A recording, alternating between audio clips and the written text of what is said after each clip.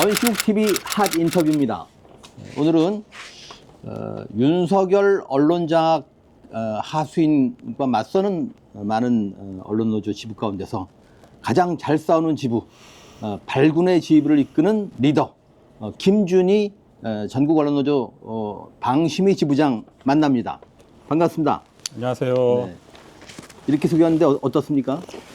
제가 이끄는 게 아니고요. 네. 제가 조합원들한테 이끌려 다니고 있다라는 게 표현이 그렇습니까? 정확할 것 같습니다. 네. 뭐 그것도 나쁘지 않네요.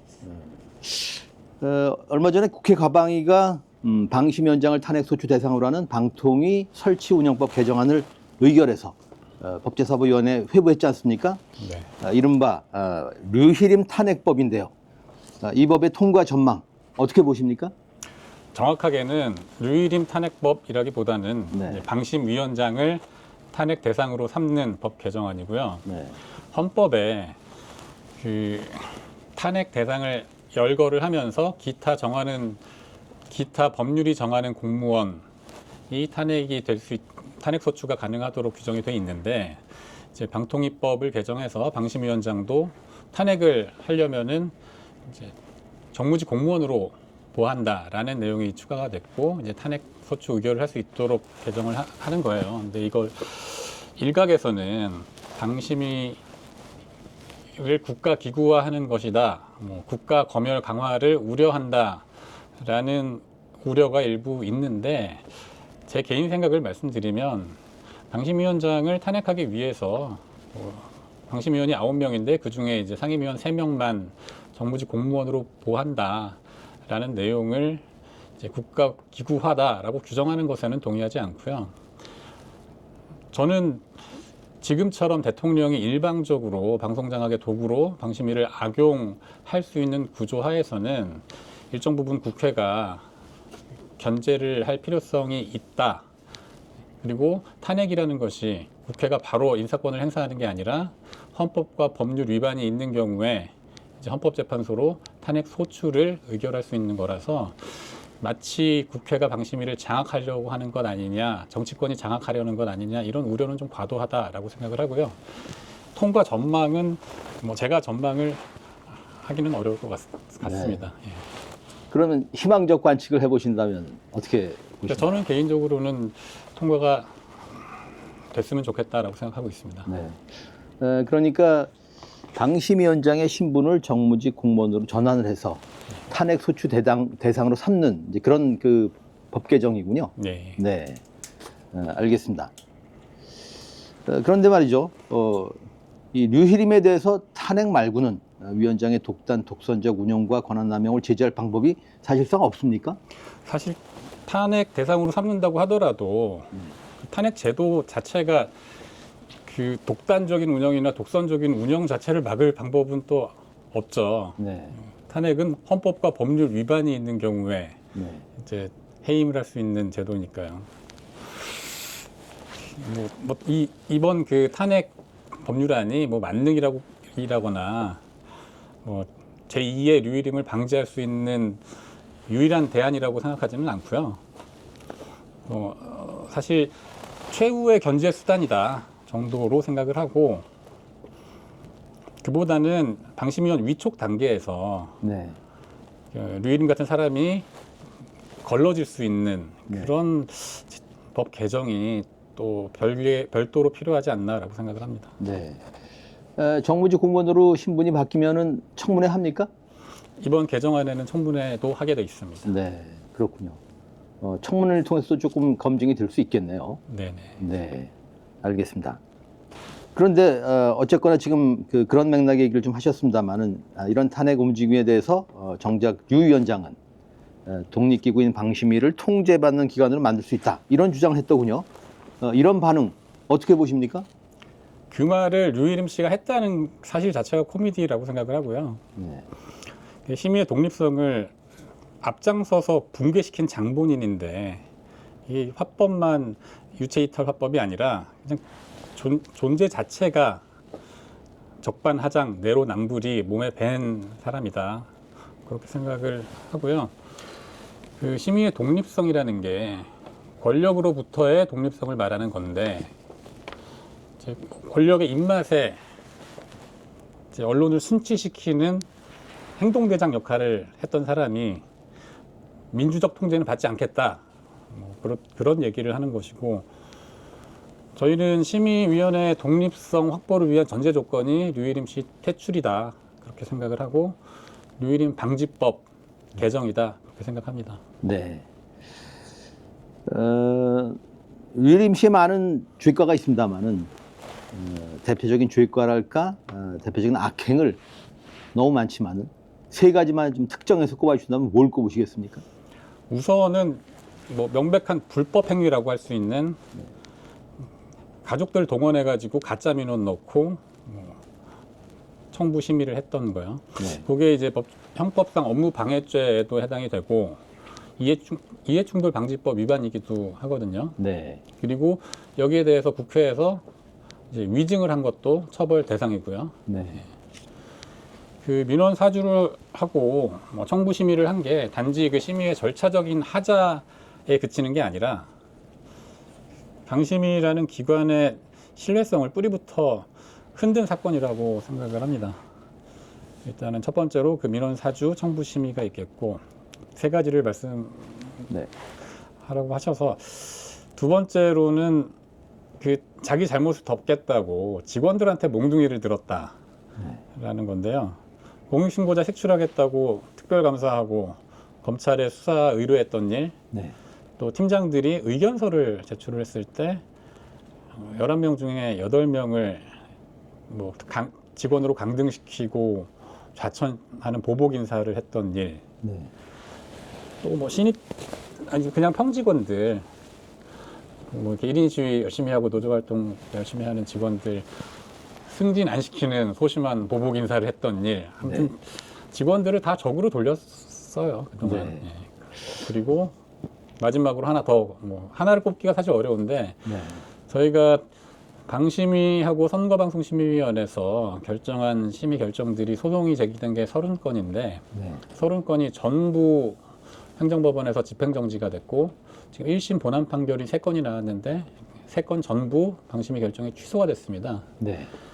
이렇게 뭐 소송에서 33전 33연패를 하고 있는데 여기에 네. 대해서 일말의 부끄러움이나 미안함이 없어요. 네. 사람이. 인간으로서 어떻게 저럴 수가 있나 싶을 정도로 그렇습니다. 그러네요, 정말. 뭐 후한무치의 적반하장에.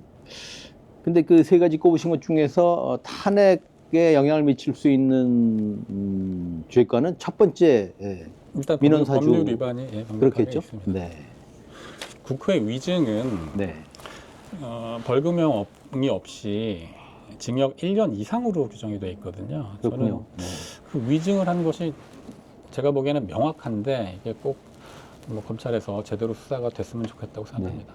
위증의 내용이 뭐죠? 본인이 가족 뭐 쌍둥이 동생이 민원을 넣었다는 사실을 네. 보고를 받았는데 보고받지 않았다라고 거짓말을 한 것이었어요. 그랬군요. 명백한 위증이네요. 네. 국회 과방위가 방심위원장 등의 임금을 삭감해서 평직원 처우 개선에 활용하라 이런 권고를 했더군요. 그러자 류 위원장이 처우 개선에 쓰라는데 그 기준이 어떻게 되는지 알 수 없고 국회 요구로 독립기관장의 연봉을 삭감하면은 앞으로 누가 소신껏 일을 할 수 있겠느냐 이렇게 반응했더군요. 그런데 처우 개선 기준을 마련하는 게 그렇게 어려운 일인가요? 국회에서 방심위 예산을 삭감한 게 류일임 표 삭감이고 정치 심의를 그만두라는 거잖아요. 네. 그래서 직원들한테는 피해가 가지 않도록 그 인건비 총액은 삭감하지 않고 방심위원장 등 4명에 대해서 2억 4,200만 원을 삭감해서 해당 금액을 평직원 처우 개선에 써라라고 부대 의견했던 거예요. 네. 근데 그러니까 국회에서 금액까지 딱 명시를 해서 기준을 제시를 했는데 그게 막 대단히 가혹하게 류일임 연봉을 막 삭감하는 게 아니라 기존에 과도하게 높은 연봉을 받았던 것을 국무총리급 연봉을 받았거든요. 그렇다면서요? 그거를 예. 차관급으로 조정하라는 거였어요. 네. 차관급 연봉이 적은 것도 아니고 네. 류일임 씨는 방심이라는 조직이나 직원들을 생각하는 사람이 아니고 그냥 자기 월급 한 푼이라도 더 받는 게 중요하기 때문에 뭐 이런저런 억지를 그냥 부렸다고 생각합니다.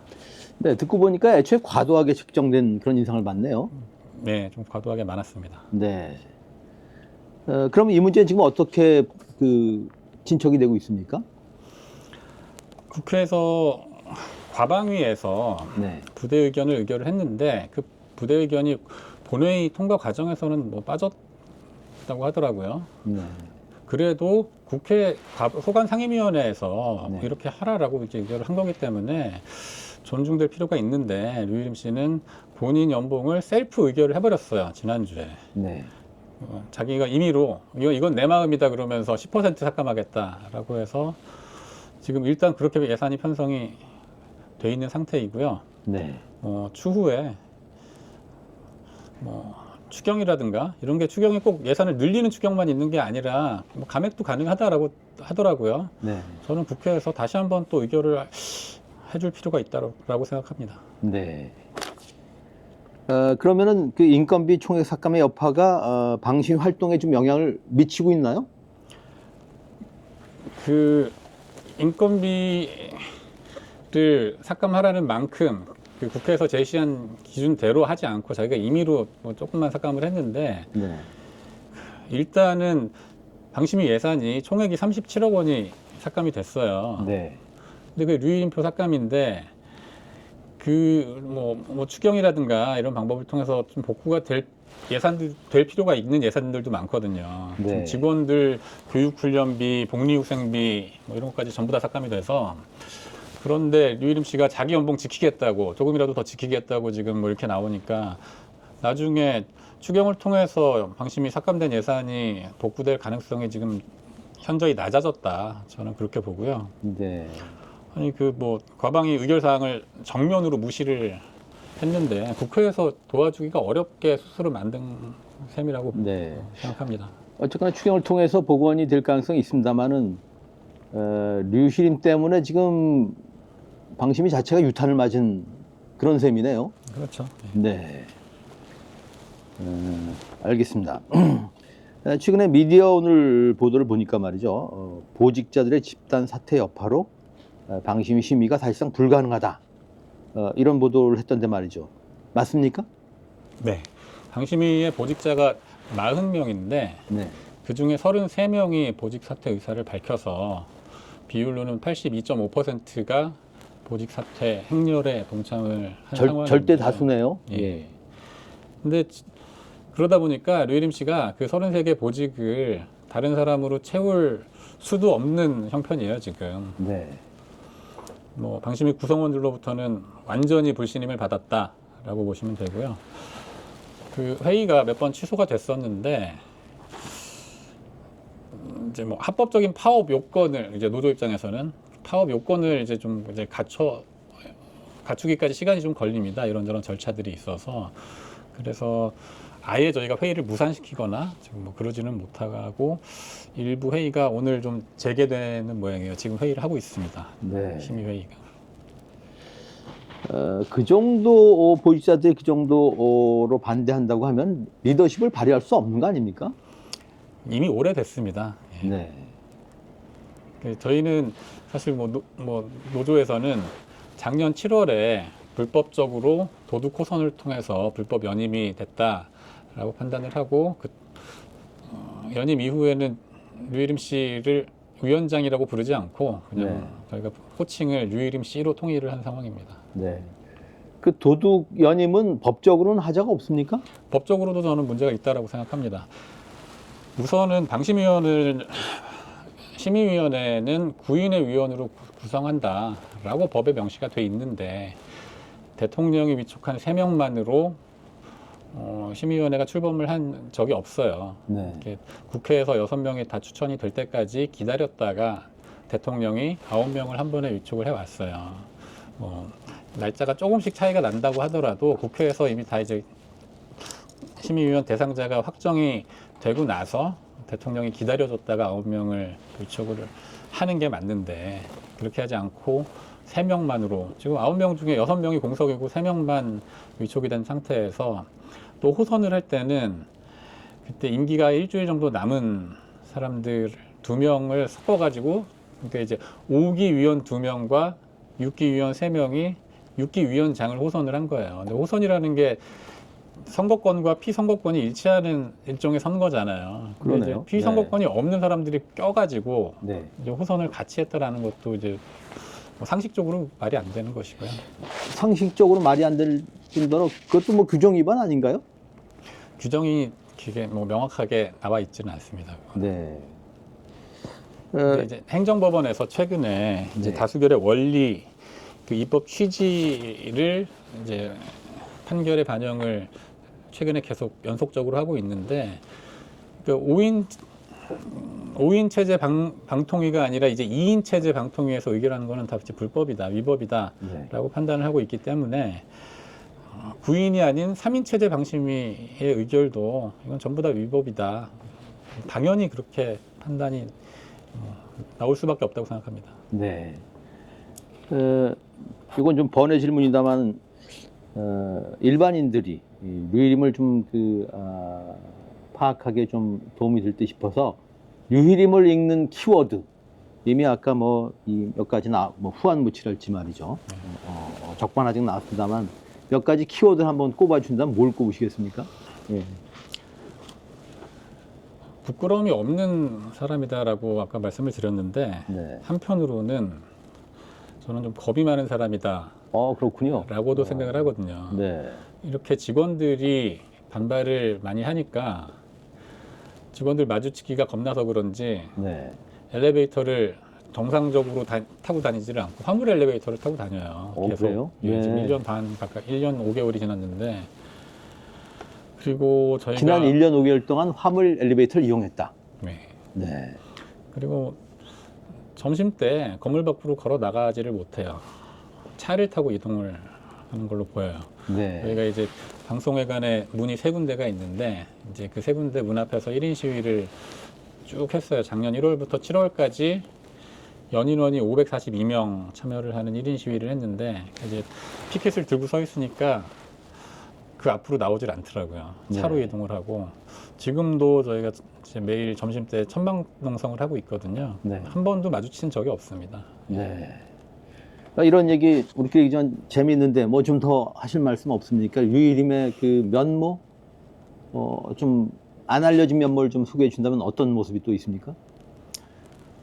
그분이 처음 왔을 때 약간 좀 무속에 관심이 있다라는 얘기가 좀 있었어요. 오, 그래요? 네. 뭐 꼭 무속이라고 표현하기는 좀 그런데 그 처음에 부임하자마자 기존의 실국장들을 좌천시키는 인사를 했는데 그 이제 인사 담당 팀장이 뭐 지시를 받고 이제 인사안을 가지고 들어가서 결재를 받으려고 하는데 이렇게 펜을 하나 꺼내더니 이 펜이 과거에 어떤 뭐 역술인인지 무슨 도사님인지 뭐 정확하게 제가 그 표현은 기억이 나지 않는데 누가 자기한테 선물을 한 펜이다. 류일임 씨가 나중에 장관급이 될 거라고 예언을 하면서 선물을 한 펜을 지금까지 안 쓰고 있다가 내가 이제 장관급이 되었으니 이걸로 첫 결제를 하겠다. 네. 그런 얘기를 하더래요. 예. 아니 그런 사연이 있다고 해도 그걸 말하자면 드러내놓고 얘기하기가 쉽지 않을 듯 싶은데 뭐 말씀 들어보니까 그냥 에피소드입니다. 이 정권이 그 무속 공동체와 맞는 것 같군요. 네. 예. 뭐 이런 얘기 좋습니다. 말하자면 우리가 이 시민사회도 이 문제에 좀 관심을 기울이고 또 같이 공동으로 연대해서 대응할 필요가 있다고 보는데 리더로서 이미 이제 그 리더십을 상실한 듯 싶습니다만은 부임해서 아까 말씀하신 그 3가지 악행 말고도 어떤 일들을 벌였는지 구성원 입장에서는 어떤 그 정서가 생기시는지 그런 얘기를 한번 좀 해주시면 어떤 말씀을 주시겠습니까? 그 뭐 미디어에 노출되거나 이제 국회에 나가서 이제 뭐 이야기를 할 때 공식적으로 노사 간의 대화를 공식적으로 할 기회가 사실 많지 않았는데 흔치 않은 그런 자리에서는 되게 사람이 예의 바르고 공손한 것처럼 보이고 싶어 하는데 저는 한 번도 겪어보지 못했지만은 간부들이 보고를 하러 들어갔을 때는 태도가 확 다르다고 하더라고요. 이중적이군요. 네네. 네. 되게 강압적이고 네. 화도 잘 내고 또 의심도 많고. 네. 좀 윤석열스럽군요. 네. 어떻든 윤석열의 난으로 윤 정부 임기 단축이 확실시됩니다. 새 정부에서 방심의 기능, 위상 등이 어떻게 달라져야 할까요? 뭐 좀 연구 좀 하십니까? 뭐 이런저런 생각들이 있죠. 그 방심위가 그동안에 명목상으로는 민간 독립기구라고 했는데 사실상 대통령이 마음만 먹으면 그냥 원하는 대로 운영될 수 있었던 것도 사실이거든요. 새 정부에서 뭐 여러 토론과 논의를 해야 되겠지만은 큰 방향은 명실상부한 민간 독립기구로서 운영될 수 있도록 여러 가지 변화가 필요하다. 그 중에서 제 생각으로는 대통령의 추천권을 없애는 게 맞다라고 생각을 하고요. 그리고 뭐 방통위를 통해서 뭐 예산을 통제하는 장치를 최소화할 필요도 있다. 독립성을 어떻게 보장할 것인가가 저희 입장에서는 가장 중요한 화두인 것 같고요. 최근에는 뭐 보도 공정성 심의를 폐지하자 이런 법안들이 발의되기도 했는데 이 부분에 대해서는 뭐 아예 폐지를 하는 게 맞을지 아니면은 뭐 공정성 위반을 이유로 제재를 하려면은 심의위원 의견이 전원 일치되는 경우에 한해서 제재할 수 있도록 하든지 뭐 여러 가지 대안들도 있을 거라고 생각을 하고요. 뭐 뚝딱 해결하기보다는 점진적으로 뭐 사회적 합의를 거쳐서 하나씩 개선해 나가면 좋을 것 같습니다. 네. 그러면 위원장을 어떻게 선임하는 게 좋을지 나름의 하여튼 뭐 대안이랄까 구상 같은 게 좀 있으십니까? 저희들끼리 뭐 내부에서 논의를 좀 해봤는데요. 스터디를 하면서 토론을 해봤는데 저희 생각에는 국회에서 9명을 다 추천하는 것이 좋겠다는 생각이고요. 조금 설명을 좀 더 배경 설명을 드리면 네. 과거에 2016년도에 민주당에서 한 160명 정도 되는 의원들이 당론으로 공동 발의를 했던 게 하나 있어요. 그 공영방송 이사회 구성을 어떻게 할 거냐, 사장을 어떻게 뽑을 것이냐. 그 당시에 공영방송 지배구조 개선법이라고 해서 여야가 7대6으로 이사를 추천을 하고 그 13명의 이사들 중에 3분의 2가 동의하는 사람을 사장으로 선출을 하는 방안이었는데 그게 7대6 특별 다수제 아니라고 불렀어요. 그런데 문재인 대통령이 이제 2017년도에 당선되고 나서 이용마 기자를 만나고 나서 입장이 조금 바뀌었어요. 국민 참여가 필요하다. 이렇게 여야가 7대6으로 이렇게 서로 이제 동의할 수 있는 사람을 사장으로 세운다라는 게 개혁적인 사장이 선임되기가 어렵다. 그리고 뭐 적이 없는 사람, 약간 회색지대에 있는 사람을 공영방송 사장으로 세우는 아니어서 바람직하지 않다라고 좀 생각이 바뀌신 것 같아요. 그런데 방심위는 색깔이 뚜렷하지 않은 사람이 올 필요가 있다라고 생각을 하거든요. 아주 중요한 포인트 같은데 수긍이 갑니다만 왜 그렇습니까? 정치 색깔이 너무 뚜렷한 사람들은 그리고 본인을 추천한 정당에 충성하는 경향이 있어서 방심위가 거의 뭐 이제 국회를 옮겨다 놓은 것처럼 그냥 정쟁의 장이 되는 경우가 그동안 많았습니다. 그래서 근데 이제 뭐 저희 생각에는 국회에서 추천을 하더라도 양당이 다 동의할 수 있는 사람 또는 이제 비토권을 행사를 해서 저 사람은 안 돼라고 이제 너무 극단적으로 치우친 사람이 아닌 누구나 수긍할 수 있는 사람을 방심위원으로 추천하는 것이 옳다라고 생각을 하고요. 구체적으로는 뭐 이제 국회의장이 심의위원 추천위원회를 구성을 하되 거기서 이제 여야가 추천을 하더라도 그 중에 이제 3분의 2가 서로가 이제 동의할 수 있는 사람을 추천을 하는 방안이 저는 불가능하다고 생각하지는 않거든요. 네. 그러나 기본적으로 뭐 정치적 후견인 제랄까요? 이런 그 큰 틀은 벗어나기가 좀 어렵다는 말씀 같습니다. 아니요, 그것을 벗어나기 위해서 네. 이렇게 이제 뭐 전문가 단체들에서 추천을 뭐 복수를 받아서 그 중에서 이제 누구를 심의위원으로 추천할 것이냐는 정치권에서 추천을 하더라도 양당에서 다 동의할 수 있는 사람으로 추천이 되어야 한다라는 거죠. 네. 어느 한쪽에 이 추천권을 각자 나눠 먹기 하는 것이 아니라 양당이 네. 모두가 동의할 수 있는 수준의 사람을 추천하는 게 저는 불가능하다고 생각하지는 않습니다. 네. 방통위와의 관계에서의 위상이랄까요? 방통위 관계는 어떻게 정립하는 게 바람직하다고 보십니까? 그동안에 사실 방통위 심의 의결에 대해서는 방통위와 방심위가 수직적인 관계는 아니었어요. 네. 이제 다만 예산을 뭐 방통위가 편성해 주는 대로 저희가 교부받기 때문에 아무래도 뭐 의존적이라 그럴까 뭐 예속적인 관계가 일부 있기는 있었는데요. 그러니까 이 정부 들어서기 전까지는 특별한 문제는 없었다고 보시는 건가요? 네네. 네. 지금은 사실 위원장 자리에 류일임 씨라는 독특한 사람이 왔기 때문에 네. 뭐 오자마자 이동관이 한마디 하면은 류일임이 한마디 하고 똑같은 뭐 이렇게 뭐 작전 짜고 하는 것처럼 보였는데 그동안에 그렇게 뭐 방통위와 방심위가 방통위가 지시하는 대로 움직이고 그런 관계는 아니었습니다. 네. 그럼 아까 그런 방향으로 위원장을 선임하는 지도가 바뀐다 그러면 류림 같은 사람은 원천적으로 올 수가 없겠네요. 그렇죠. 예. 네. 알겠습니다.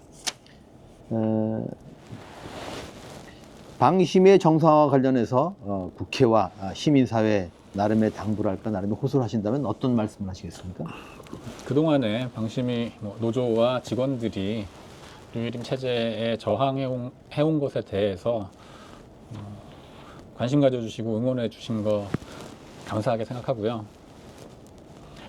앞으로 국회에서는 법률 개정을 통해서 방심위가 표현의 자유와 또 그 한계에 대해서 뭐 어떤 공론장 역할을 할 수 있는 기관으로 거듭나도록 진지하게 이제 논의를 해주시면 좋겠고요. 시민사회 역시 방심위가 제 역할을 잘 하는지 뭐 애정어린 눈으로 감시를 해주시면 좋겠습니다. 네. 그동안 그 류희림 하의 심의 가운데서 가장 문제적이었던 심의로 뭘 꼽으시겠습니까? 저는 오자마자 가족 동원했던 그 심의가 뉴스타파 인용 보도들이었거든요. 네. 부산저축은행 사건을 주임 검사로서 이제 담당했었던 윤석열 검사가 과거에 부산저축은행 수사를 제대로 하지 않은 것 아니냐라는 의혹 보도였어요. 네. 선거 기간 중에 공직선거 후보자에 대한 의혹 검증 보도는 당연히 해야 되는 건데 그걸 1년 반이나 지나서 갑자기 그 기자들을 뭐 압수수색을 하고 1년 반이나 지난 방송들에 대해서 과징금을 무더기로 결정을 했었는데 그게 너무 과도한 결정이었거든요. 저희들 너무 놀랐어요. 지상파 방송에 대해서 방심위가 과징금을 결정을 한 게 16년 역사상 한 건인가 두 건밖에 없었어요. 네. 그런데 갑자기 단순 인용 보도에 대해서 과징금을 그렇게 막 1억 4천만 원이나 무더기로 결정하는 거 보고서 아 이건 말도 안 된다. 많은 직원들이 그렇게 느꼈었습니다. 그 정치 심의 정파적 심의를 한 거군요. 그렇죠. 네. 지금 저기 류일임은 사퇴하라고 돼 있고 이 노트북에도 이렇게 지금 그 스티커 붙어 있습니다만은 윤석열 대통령의 탄핵 인용이 거의 확실시된 이런 환경도 영향을 좀 미칠 거로 보는데 류일임이 사퇴할 가능성은 1도 없습니까? 저는 없을 거라고 봅니다. 그래서 저희가 이제 강제로 내리겠다라고 저희는 열심히 또 싸우고 있고요. 알겠습니다. 열심히 싸워서 좋은 성과 거두시기 바랍니다. 네. 네. 오늘 방심위 노조의 그 김준 위원장 만나봤습니다. 고맙습니다. 감사합니다. 수고하셨습니다. 네.